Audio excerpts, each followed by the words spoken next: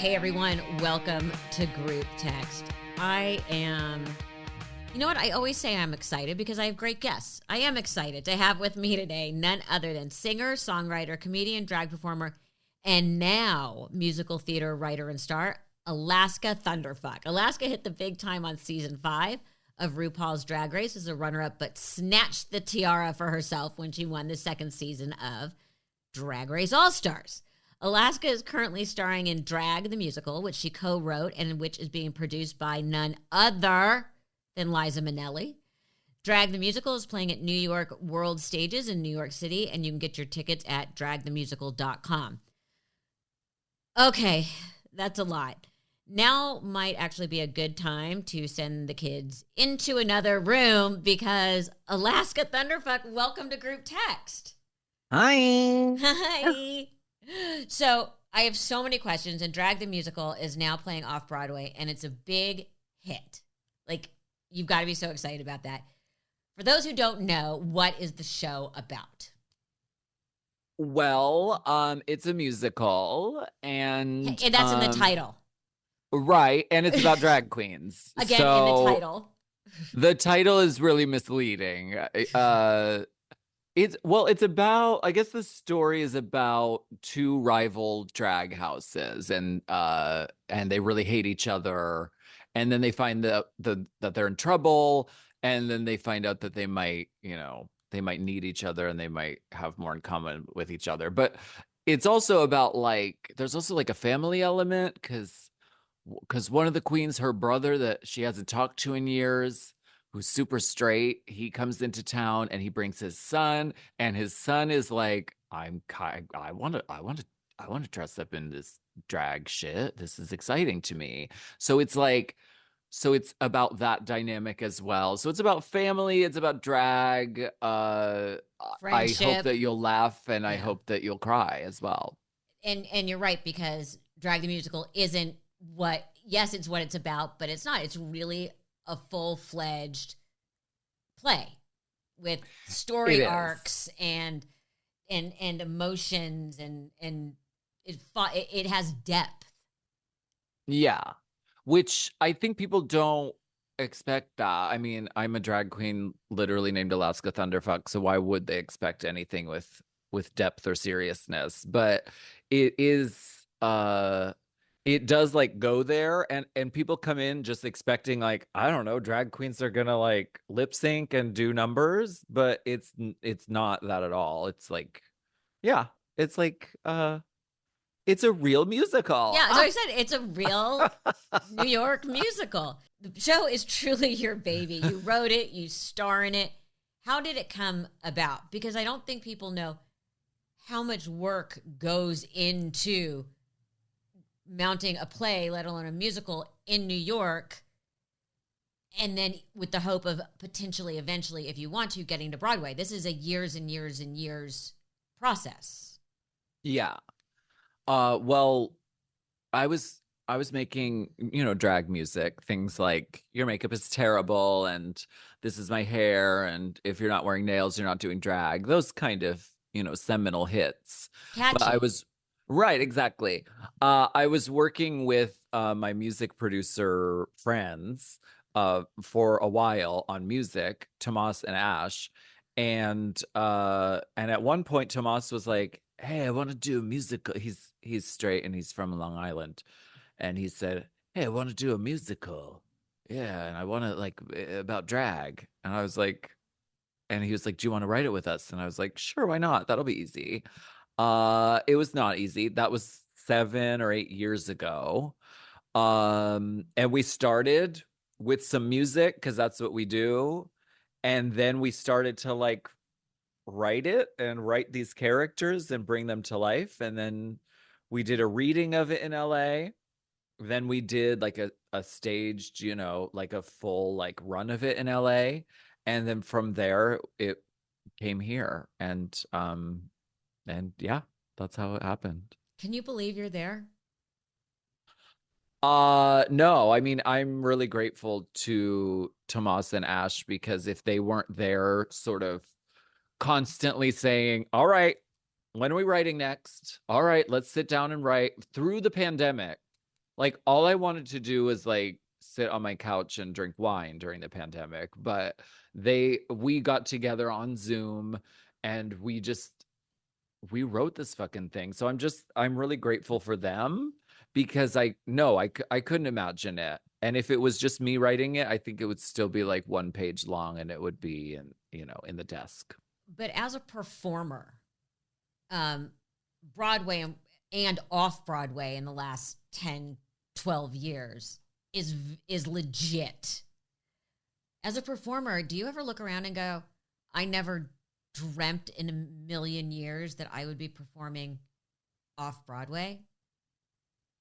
Not really. I don't. Because that's a holy grail for a lot of performers. It is, and I guess I haven't just like stopped and like had that moment because we've just been in it, We're just like doing the work and like getting getting in drag and getting on stage and doing it and like so I haven't sat and said, "Oh my gosh, what an accomplishment." I really haven't. I mean, it feels great because I'm working with great people on a thing that I'm really proud of. So like that feels good. Oh, you're so lucky. So tell me about Kitty Galloway. Who is she and what is going on with her? Well, she's really tall and she's a drag queen and she's kind of a bitch and so she's nothing like me. She is very like she's kind of like Joan Crawford-ish. Like she runs her drag club like the Navy. Like all of her girls are kind of scared of her because she's really a strict disciplinarian. Right. Don't fuck with me, fellas. This is not her first rodeo type tease. Yeah. Yeah. And so that's her. And she has black hair because I'm an actress. I wanted it to be like, this is not just Alaska being Alaska. Right, of course. It's a character that is, I think, quite different from Alaska. And so she has black hair and like severe bangs. But it's great. It's Alaska being an actress. I'm an actress, mama. I've made it, mama. They want me. Sing out, Louise. So this is Liza Minnelli's first time producing something she's not in. How did she get involved? Well, we wanted to have this voiceover thing, and it was like sort of a magical narrator at the beginning. And it was just a few lines, and we were like, it would be so fierce if we could get some kind of like gay icon with a recognizable voice to do this. So we thought, why not Liza? And so by some miracle, she said not only that she was interested in doing that voiceover part, but she said, I want you to write another voiceover part because that's too short and I want to do more. And on top of that, she said she wanted to be a producing partner as well. So, I mean, it was just like, what a legend and what an icon. And to have her just have her sprinkle magic fairy dust on this is like, that makes no sense. It's so fierce. Did you get a chance to meet her and work with her during this? No, not at all. Not yet.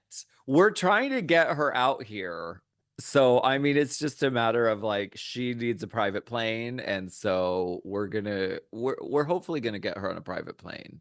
Can you get me on a private plane? I'm much cheaper. Sure. So the show brings together some of the most popular drag performers around. I don't know how to say this. Did the queens make their own characters, or did they actually kind of stick to the script? Well, it's like a combination because it's like we had a thing in mind when we were writing it, and we were like, this girl is like this, and this girl is like this, and that on the page, that's one thing, and then we got to like getting it on its feet, and we needed real human beings who can do drag, who can sing, who are funny, and who are going to show up. And that list is not super long, but I have really amazing, talented friends who said yes to doing this crazy project.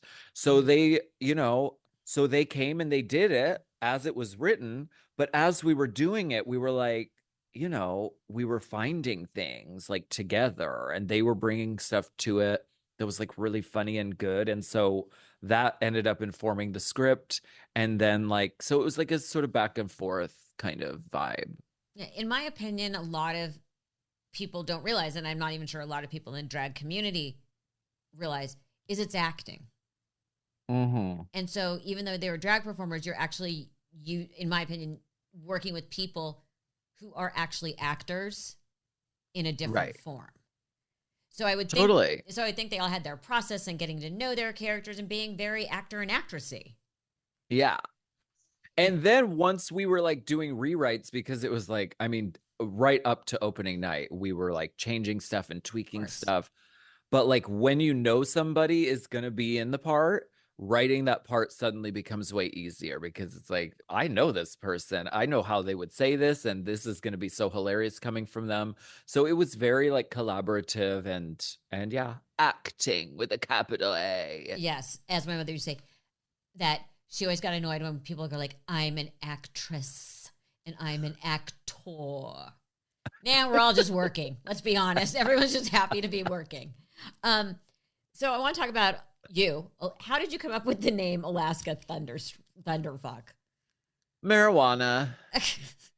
I mean, I was in my early 20s and I had just discovered marijuana. And for a while I had like smoked weed or like tried it, because I was in college and I was like, all my friends are smoking weed and they love it. And I wanted to try it. And so I tried it several times and it didn't work. Like it didn't do anything. So I was like, this sucks. But then it finally did work. And then I loved it so much. And so I was smoking weed with some of my friends and they were talking about different strains that they had tried. And one of them was like, yeah, when I was in Amsterdam, I smoked Alaskan Thunderfuck. And I was like, what is that? And I wrote that down in my notebook right then and there. And I said, Alaska Thunderfuck. And I said, that's going to be my drag name. And I had never done drag before, but I was like, this is it. This is my drag name. And so it worked. And luckily, it's easy to spell. Yes, it is. Yeah. And it's spelled like it sounds. Exactly. So easy when you're making a reservation. It really is. It's like, traditional spelling. Yes. What made you want to do drag? What's the genesis? What's the origin story? Well, it kind of started from doing theater and acting, but it was like there were so few things that I could do, that the type of person I was like, I had a weird haircut and I was very like visibly gay and very thin and very tall, and just like I wasn't going to be playing the prince, and I wasn't going to like what roles can that person play? And so once I like fell into drag and started doing it, I was like, now I'm the fucking central character of whatever fucking crazy show this is. And that's a good feeling as like a performer to have that. And it gave me like a lot of freedom of expression, and I could kind of do whatever the fuck I wanted. I didn't have to keep my hair a certain way. I didn't have, right. I could stay up at night and I could, be with my friends and like do and like have fun. And I just, it really worked with my lifestyle as a young person. What was the moment where you thought, I want to try drag?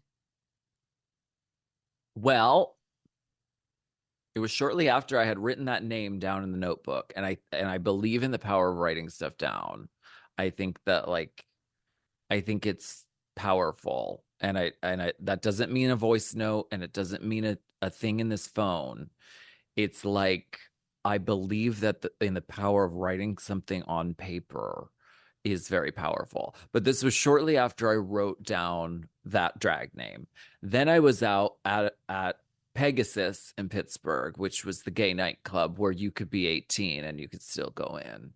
because you didn't have the hand stamp to get into the bar area. Right. But you could lick the stamp and then transfer it over if your friend was in there.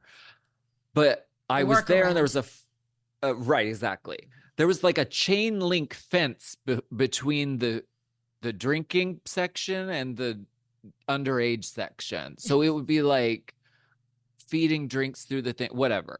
So I was there and I picked up a flyer that was for a Chi Chi LaRue drag contest. And I picked it up and I said, I'm going to win this. I'm going to do this and I'm going to win this. And so I did. I prepared like an act for it and I won. And I won like $200. And that was it. Like my rent. How much has Alaska evolved through the years?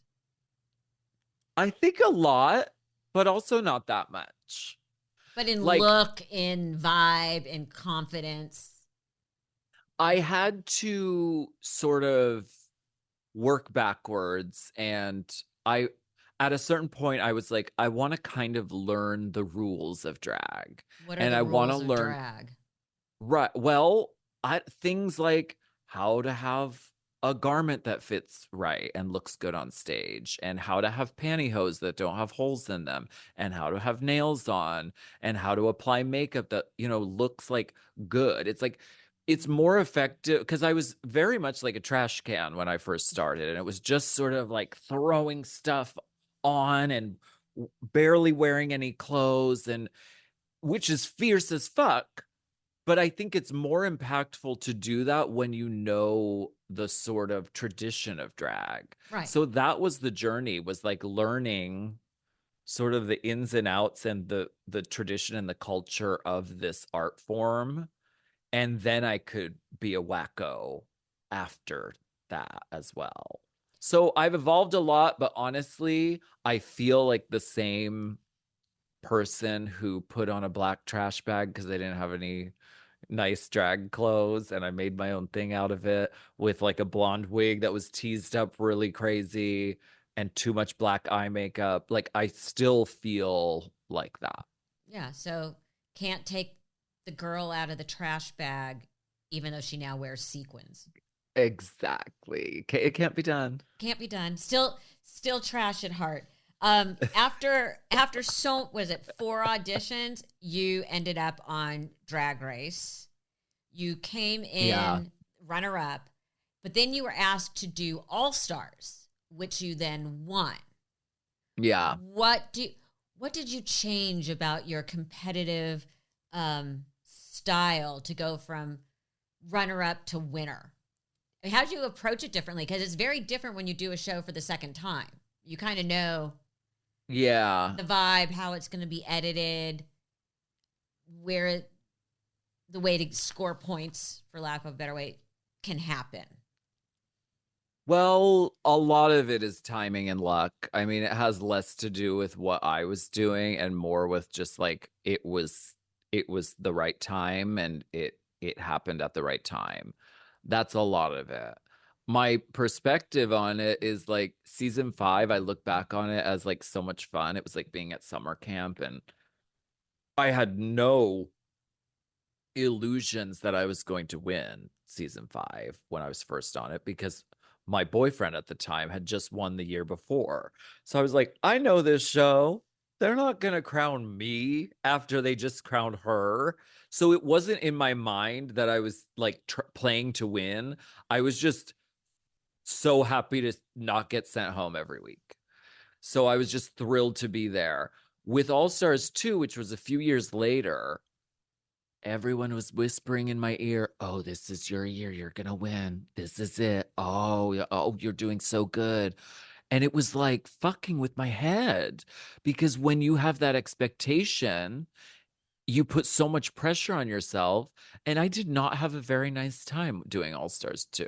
And Really? I won. So like, how nice for me. But like, I would much rather just be petrified of going home and just happy to be there. Well, anytime. you have now a podcast called Race Chaser, where you look back on old episodes. Yeah. What do from this point of view, like I watch, because I did Celebrity Apprentice, I would go back and now and I would see like when they started doing Celebrity Apprentice All Stars, I would watch and just be like rolling my eyes because you know how the sausage got made. Exactly. Do you find when you're rewatching episodes for Race Chaser, you're a little bit more jaded? Completely. Yes. How can you not be? But I'm also like, I try to stay connected to, I love this fucking show and it's my favorite show. And how lucky are we to be alive at the time when this show exists? That makes no sense that like a show where drag queens get to go and like be in a giant pink room and like do crazy drag stuff. And it's the biggest show on TV and it wins Emmy Awards. It's I try to stay connected to like how lucky and preposterous that is that we get to experience that. So I love it very much. But yes, we know how the sausage is made. Yeah, you're a little ray of sunshine. You have so many fans. And what do fans of your drag go by? Like there's Taylor Swift, she has the Swifties. Beyonce has the Beehive. Back in the day, Clay Aiken had the Claymates. So are yours like the Thunder Wonders or the Alaskaettes? Have they gotten their own moniker yet? Those are really good names. I like the Thunder Wonders. Can I borrow those? Of course. Just put a little asterisk, right? Give me a special thanks too. I will. I don't know that do my fans have a name? I know that there is a core group of like the biggest Alaska fans, and there's like 5 of them, and they call themselves the Hive, which is like the hive, like right. But Hive. I like the Thunder. I like the Thunder Wonders. I love that too. So maybe we'll start using that. Yeah. The Alaskaettes has a nice ring, but I think calling yourself a Thunder Wonder is like has more zip to it. That's so good. So do fans of drag queens expect to stay loyal to the characters they first create? Like every time my mom would cut her hair, she felt so bad for the drag performers that were doing her because she like, oh fuck, now they have to go get new wigs. There was a guy named Gary D who she was always apologizing to. Yeah. Like how attached do the fans get to their particular queen? I think a lot, but like it's really good to be able to be imitatable. Like I love that I love when people dress up as Alaska because it's like you get some black garbage bags and you get a long blonde thing and then you get a crazy frazzled thing on top of it. And then like, boom, you're Alaska. So I like it being easily imitatable. And I'm going to always be that. I kind of change my like look, but not really that much. Yeah, my mom always felt bad for the impersonators. She's like, anytime anyone changes anything, it's all new wigs. Yeah. If there's weight loss, it's a whole new, you go from being a maximalist to a minimalist. It's like a whole. My mother actually did feel bad when she did that. I love that. Okay, you've also done 4 albums. Most recently, your 5th is called Red for Filth, and I'll let you say the other 3 titles. Did you always want to be a singer-songwriter? Yeah. I mean, once I started doing drag, I did because I was like, I want to be like, RuPaul or like Chi Chi LaRue or Jackie Beat, and I want to have like my own songs that I can be out there doing. So it was always like a sort of a dream of mine to do that. Which is so great. And then once you're on Drag Race, it's like people kind of expect you to put out a single, or at least they used to. They don't really do that anymore. But so I was like, I'm going to do a whole album. Let's do it. Let's do it. So yeah. I sometimes like to play games with my guests, and I have a great game for you. We're going to call it Queen or no queen. So it's very Okay. simple. I'm going to say a drag name, and you have to tell me if it's a real performer or if I made it up. Oh my God. Okay, this is Okay. going to be good. This is good. I might have to stop for 1 second because the cat has decided to sit on my desk. Okay. Okay. Oh, we're getting into on. oh, fabulous. I'm going to put this on. Okay. And these. Oh my God, that cat is cute. He's gonna be kicked off the desk in a second. This is Marty. Marty. Marty is getting How you doing, Marty? Good. He just got kicked off the desk. He's only allowed to be in here if he's quiet during podcasts. Okay. The game is, tell me when you're ready. Do you know who I look like? Have you ever seen Dressed to Kill? Yes. When he like dresses in drag and murders people in a trench coat? That's literally who I look like right now. Yeah. Or an very old Blondie cover. A very old, like Debbie Harry moment. That's what I love it. Okay. Queen or no queen? I'm going to give you the name. You're going to tell me if it's a real performer or not. Ophelia Self. Ophelia Self? Yes. Fake. Real. Shit. Self-described theater queen from the Buffalo, New York area. Ophelia Self, you better work. That's a good name. Jenny Talia. These are all real. I know there's a Jenny Talia. Yes, they're a drag queen out of St. Louis, Missouri. Okay. Sadie, not a lady. Real. Fake. What? There was. I am horrible at this game. There was Sadie, the rabbi lady, which was a gay Jewish drag queen and one of the founders of the Sisters of Perpetual Indulgence. Oh, wonderful. Love the sisters. This might be my favorite one. Sigourney Beaver. Real. Cisgender woman and drag performer from Iowa. Aurelia Woman. Real? Fake. Fuck! Okay, we got two more. You can do this. Okay. Aurelia Woman. Didn't we just do that one? No, we did Sigourney Beaver. Aurelia Woman is fake. I repeated myself? Sorry. See, I was trying to get I was trying to get one over on her. You guys, I'm sorry. I was trying to get one over on her. They're yelling at me over the intercom. I'm sorry. I am an artist, and I was in the moment. Exactly. Okay. I was trying to get a free point. Florida man. True. Yes, real person.